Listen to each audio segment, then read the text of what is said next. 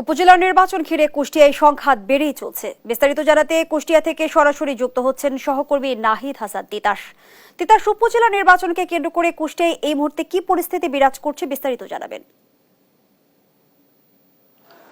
ধন্যবাদ জুই। আসলে আপনি জানেন যে প্রথম ধাপে উপজেলা নির্বাচন অনুষ্ঠিত হবে 8 মে। কুষ্টিয়াও তেমনি প্রথম ধাপে 2টি উপজেলা নির্বাচন অনুষ্ঠিত হবে এবং এই 6ষ্ঠ উপজেলা নির্বাচন দ্বিতীয় ধাপে কুষ্টিয়ার 4টি উপজেলা নির্বাচন অনুষ্ঠিত হবে 21 মে। অর্থাৎ এই যে উপজেলা নির্বাচনকে কেন্দ্র করে কিন্তু দ্বাদশ জাতীয় সংসদ নির্বাচনের পর থেকে যে শুরু হওয়া যে সংঘাত এবং নেতাকর্মীদের মধ্যে যে তৃণমূলের বিভেদ, সেই বিভেদটা কিন্তু উপজেলা নির্বাচনকে সামনে রেখে আরো প্রকাশ্য হয়েছে এবং অনেকটাই নেতাকর্মীদের মধ্যে অনেক নেতাকর্মী ক্ষুব্ধ হয়েছে। যেমন আমি যদি আপনাকে জানাই যে কেন্দ্রীয় যে সিদ্ধান্ত ছিল যে মন্ত্রী এমপি এবং প্রভাবশালী নেতাদের আত্মীয় স্বজনরা নির্বাচন থেকে সরে দাঁড়ানোর যে কথা ছিল, সেটাও কিন্তু কার্যকর হয়নি। বাংলাদেশ আওয়ামী লীগের যুগ্ম সাধারণ সম্পাদক মাহবুবুল আলম হানিফের চাচতো ভাই আতাউর রহমান আতা, তিনি কিন্তু নির্বাচন করছেন, এখন প্রচারণা চালাচ্ছেন। এবং যদি আমি খোকসা উপজেলার কথা বলি, সেখানেও কিন্তু জেলা আওয়ামী লীগের সভাপতি সদরউদ্দিন খানের আপন ভাই রয়েছে রহিমউদ্দিন খান, তিনিও কিন্তু নির্বাচন প্রচারণা চালাচ্ছেন। অর্থাৎ আমরা বলতে পারি কেন্দ্র যে সিদ্ধান্তটি নিয়েছিল সেটা কিন্তু কোনো কার্যকর হয়নি।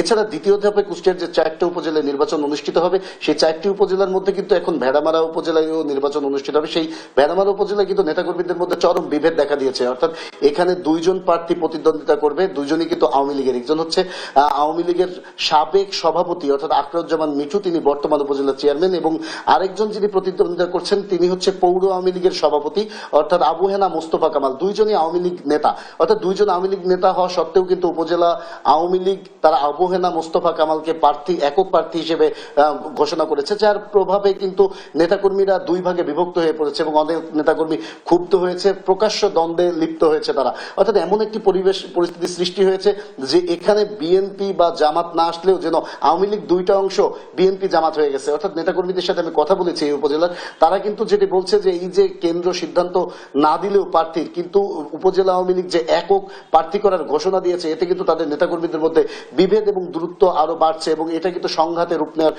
সম্ভাবনাই বেশি দেখা দিয়েছে। তারা বলছে যে এ ধরনের হঠকারী সিদ্ধান্তের কারণেই কিন্তু এই যে তৃণমূল যে আওয়ামী লীগের নেতাকর্মীরা, তাদের মধ্যে বিভেদ বাড়ছে এবং আওয়ামী লীগ কিন্তু ক্ষতিগ্রস্ত হচ্ছে। তবে এ বিষয়ে আমরা উপজেলা আওয়ামী লীগের ভেড়ামারা উপজেলা আওয়ামী লীগের নেতাদের সাথে কথা বলার চেষ্টা করেছিলাম, তারা কিন্তু কোনোভাবেই কথা বলতে রাজি নাই। তবে ব্যক্তিগতভাবে আমি কথা বলেছিলাম, তারা যেটা বলছে যে আসলে এ বিষয়ে কোনো মন্তব্য করতে রাজি নাই, ব্যক্তিগত পছন্দ থাকতেই পারে, আমরা কারোকে সাপোর্ট করতেই পারি, এইরকম কথাবার্তা বলছেন। তবে জেলা আওয়ামী লীগের সাধারণ সম্পাদকের সাথে আমি কথা বলেছি, জেলা আওয়ামী লীগের সাধারণ সম্পাদক যেটি বলছে যে আসলে কেন্দ্র যে নির্দেশনা দিয়েছে উপজেলা নির্বাচনকে সামনে রেখে, এই নির্দেশনার বাইরে যাওয়ার কিন্তু কোনো সুযোগ নেই নেতাকর্মীদের। তাই তিনি বলছেন যে আসলে যেভাবে কেন্দ্র নির্দেশ দিয়েছে সেভাবে কিন্তু তারা নির্বাচন করবে। তবে আমরা দেখেছি যে আসলে এই উপজেলা নির্বাচনকে কেন্দ্র করে কিন্তু কুষ্টিয়ায় তৃণমূল যে আওয়ামী লীগের নেতাকর্মীদের, তারা কিন্তু দুই ভাগে বিভক্ত হয়ে পড়েছে। অর্থাৎ সবাই এখানে আওয়ামী লীগের প্রার্থী হওয়ার কারণে কিন্তু এই দ্বন্দ্ব, বিভেদ এবং হানাহানিটা কিন্তু বাড়ার সংখ্যা